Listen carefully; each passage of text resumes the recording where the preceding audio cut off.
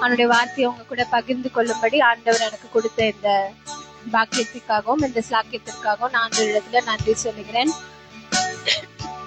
நான் இங்க இந்த மியூசிக் வாசிக்கும் போது நிறைய பேர் நம்ம சபையில இருக்கவங்களை பார்த்தேன். உண்மையாகவே ஆண்டவரை நிறைய பேர் நம்ம சபையில இருதயத்தின் ஆழத்துல இருந்து ஆண்டவரை நீங்க துதிக்கிறீங்க.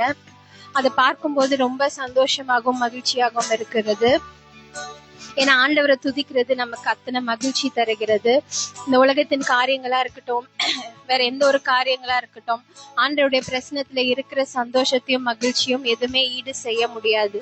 நான் இங்க இருந்து நான் பார்க்கும்போது கூட நம்ம சபையில நிறைய பேர் உண்மையாகவே இருதயத்தின் ஆழத்துல இருந்து ஆண்டவரை நீங்க ஆராதிக்கிறீங்க. அது பார்க்கும்போது ரொம்ப சந்தோஷமா இருந்தது. அது கிரெடிட் எல்லாம் நம்ம பாஸ்டருக்கு தான் போகும். ஏன்னா நம்ம பாஸ்டர் எப்பவுமே ஆண்டவரை ஆராதிக்கிறதுல முக்கியத்துவம் கொடுப்பாங்க. ஆராதனை என்பது போதகரை பார்த்தோ இங்க ஆராதிக்கிறவங்களை பார்த்தோ அவங்கள நம்ம பெருமைப்படுத்துற ஒரு காரியம் இல்ல. எல்லாவற்றையும் மறந்து விட்டு மியூசிக்கா இருக்கட்டும், அது எப்படி இருந்தாலும் பரவாயில்ல, இருதயத்தின் ஆழத்துல இருந்து நம்ம பாடுகிற பாடல்களுடைய அர்த்தத்தை புரிந்து ஆண்டவரை நம்ம ஆராதிக்கும் போது எப்பேற்பட்ட கட்டுகளா இருந்தாலும் சரி, எப்பேற்பட்ட வியாதியா இருந்தாலும் சரி, எப்பேற்பட்ட பிரச்சனையா இருந்தாலும் சரி, அவைகள் அனைத்திலும் இருந்த ஆண்டவர் உங்களுக்கு விடுதலையை கொடுப்பார். சோ அதை பார்க்கும்போது ரொம்ப மகிழ்ச்சியா இருந்துச்சு. பரவாயில்ல, நம்ம சபையில சிறிய கூட்டமாக இருந்தாலும் உண்மையா ஆண்டவர் ஆராதிக்கிற ஜனங்கள் இங்க இருக்கிறார்கள். அந்த இடத்துல எங்கே 2-3 பேர் என் நாமத்திலே கூடுகிறார்களோ அங்கே நான் இருப்பேன் என் ஆண்டவராக சொல்லுகிறார். சோ இத்தனை பேர் இங்க இருந்து ஆண்டவரை உண்மையா ஆராதிக்கும் போது ஆண்டவருடைய பிரசனம் மெய்யாகவே இந்த இடத்துல நம்ம சபையில ரொம்ப அதிகமாக காணப்படுகிறது. அதற்காக நம்ம ஆண்டவருக்கு நன்றி சொல்லுவோம்.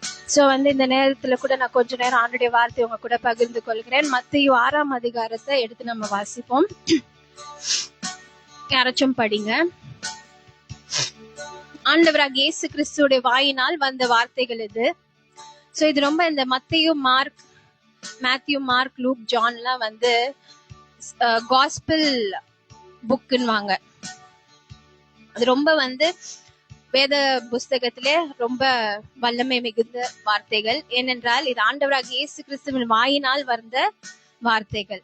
சோ இப்படியாக நம்ம இந்த வார்த்தையை படிக்கலாம். இதுல நிறைய விஷயம் ஆண்டவர் நமக்கு அட்வைஸ் பண்ண மாதிரி நம்ம சொல்லியிருப்பாரு. சோ நம்ம அதை பார்ப்போம். மனுஷர் காண வேண்டும் என்று அவர்களுக்கு முன்பாக உங்கள் தர்மத்தை செய்யாதபடிக்கு எச்சரிக்கையா இருங்கள். செய்தால் பரலோகத்தில் இருக்கிற உங்கள் பிதாவினிடத்தில் உங்களுக்கு பலன் இல்லை. சோ இது படிக்கும் போதே நிறைய பேருக்கு புரியும்னு நினைக்கிறேன். நம்ம ஹெல்ப் பண்ணும் போது நிறைய பேர் என்ன பண்ணுவாங்க, ஹெல்ப் பண்றேன்னு எல்லாரையும் ஒரு போட்டோ வீடியோவை எடுத்து இதை பாருங்க, நான் இவங்களுக்காக இதை செய்ய போறேன், இவங்களுக்காக இதை நான் பண்ண போறேன்னு என்ன பண்ணுவாங்க, வீடியோ எல்லாம் எடுத்து அவங்களுடைய பெயர் புகழப்படணும், அவங்க எல்லாரும் அவங்கள பார்க்கணும் அப்படின்ற காரணத்துக்காக சில பேர் ஹெல்ப் பண்ணுவாங்க. ஆனா அந்த நாட்களிலே 2000 ஆண்டுகளுக்கு முன்பதாகவே இயேசு கிறிஸ்து எப்படியாக சொல்லி இருக்கிறார், மனுஷர் காண வேண்டும் என்று அவர்களுக்கு முன்பாக உங்கள் தர்மத்தை செய்யாதபடிக்கு எச்சரிக்கையாயிருங்கள். 2வது வசனம் படிங்க. எப்படி நம்ம தர்மம் செய்யணும்? ஆகையால் நீ தர்மம் செய்யும் போது மனுஷரால் புகழப்படுவதற்கு மாயக்காரர் ஆலயங்களிலும் வீதிகளிலும் செய்வது போல உனக்கு முன்பாக அவர் தாரை ஊதிவியாதே.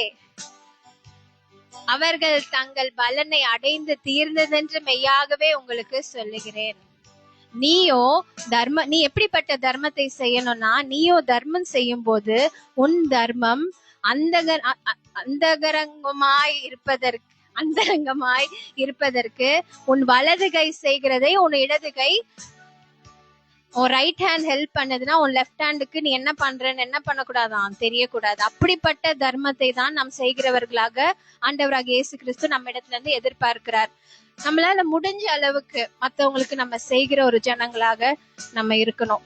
அன்றன்று எப்பெல்லாம் உங்களால முடியுதோ அது